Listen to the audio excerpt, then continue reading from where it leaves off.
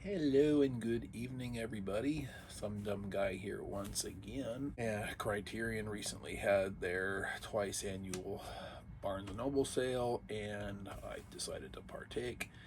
And much like my most recent Amazon Prime Day sale that you guys, all three of you, might have watched, I had a bit of an experience with this one as well. And let's just suffice to say, I will probably never use Barnes & Noble's website again to do absolutely anything with.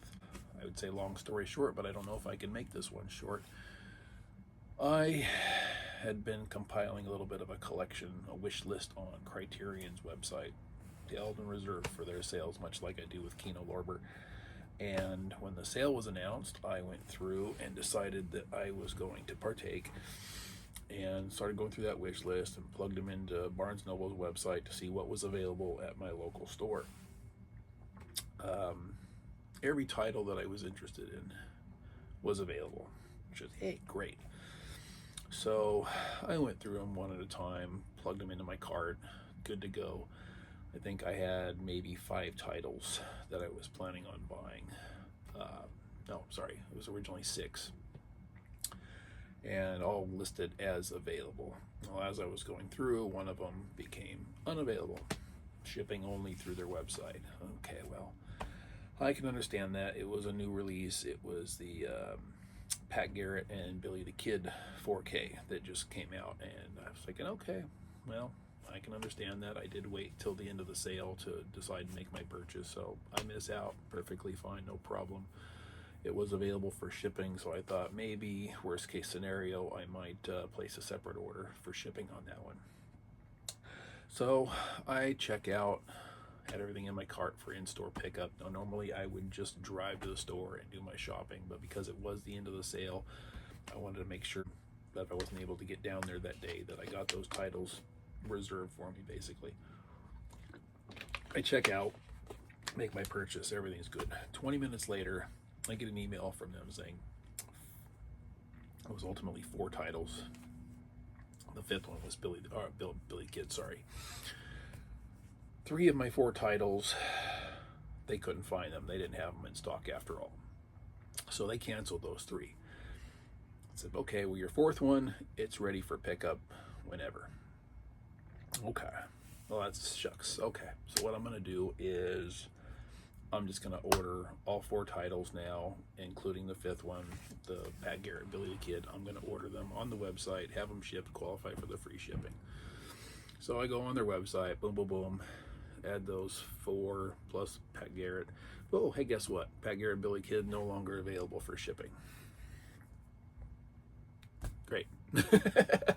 So I can't get that one there now either. But then I look at my next closest store just for the heck of it. I checked that out, and now that store is like, I think if I went straight from work, it's like 45-50 minute drive. Okay, well, if they have that and if they have the other titles, it might be worth the drive. So what I do is add Pat Garrett to my cart, start going through the other titles, boom, boom, boom, boom, over and over again. None of the other ones are available. Pat Garrett, Billy Kid, the only one that's available in the store. So my other 4 not available at all. So, okay, well, that's a wash. I'm not going to drive that 50 minutes one way for one movie. So I just, you know what, screw it. I'll worry about that title another time. So I go ahead and make the purchase for shipping for the 4 titles that I was going to get at my local store. That process is everything goes through. They charge me fine. Go check my bank account for some reason within that hour, and I have the charge from my current purchase in like pre-authorization mode, but I also have the full total of the original purchase I was going to do for in-store pickup for all 4 titles. That's charged on pre-authorization. Okay, cool. I go onto the Barnes Noble website again. I go and contact their customer service. Say, okay, well, hey, I placed an order for in-store pickup, 4 titles. 75% of it was unavailable, so it got canceled. I need to cancel the rest of the order so I get the rest of my money refunded. Well, they tell me because it was for an in-store pickup, I can't actually do that. They can't do anything for me. So I have to actually go to the store and pick up and then return that title to get the refund. Really? Okay. So I have to go to the store anyway, despite the fact that they didn't have 75% of what I purchased. In the interim, while I'm waiting for an opportunity to do that, I think it's the next day, I go back on the site and I find now that Pat Garrett Billy the Kid is listed as in stock and available at my local store again. Okay, maybe they found a copy, maybe a copy got returned, I don't know. So I decide, you know what, instead of actually purchasing it on the website, I see that they have like a reservation system where they just set it aside for you for a couple days. You pay for it when you pick it up. Yeah, that's cool. Okay, I'll go ahead and do that. This is now the last day of the sale. It's like, I think it's 4 or 5 o'clock in the evening.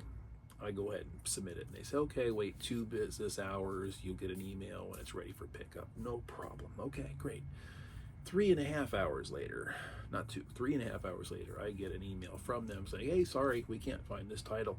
So, sorry, go to our website and you can order it there. Well, it's not available there. I can't do that either. So, more frustration. Not too thrilled about that. The next day after work, I decide to drive out to the store and deal with that pending order that I had hanging over my head. I went ahead and show up there, tell them what I'm doing. They weren't exactly sure how to handle it. Call the manager. He says, okay, well, for this other title, you just have to process it as a pickup and a return, and it gets refunded. Cool. Okay. Go ahead and do that. I leave the store, check my receipt, everything looks good. Pop back into my bank account. That original pre-authorization charge, I think it was for like $113 or something, $107, excuse me. It's still there. Now, in addition to that, is another pre-authorization charge for the purchase price of the movie that I just returned. Like, okay, well, I'm going to give this until tomorrow, but I'm going to have to drive after work again to the store and say, okay, hey, I've got a return receipt, but my bank account has actually been charged yet again for some reason. I was like, oh my God, this is absolutely insane. Fortunately, by the time my next work day was over, that purchase had turned into a credit, and the pre-authorization charge for the $107 originally was then wiped out on my account. And now that because it's Monday at this point, my Barnes & Noble online shipped order has now been processed and shipped, and that charge has gone through. So everything is fine. Headaches galore. Money ended up where money needed to be.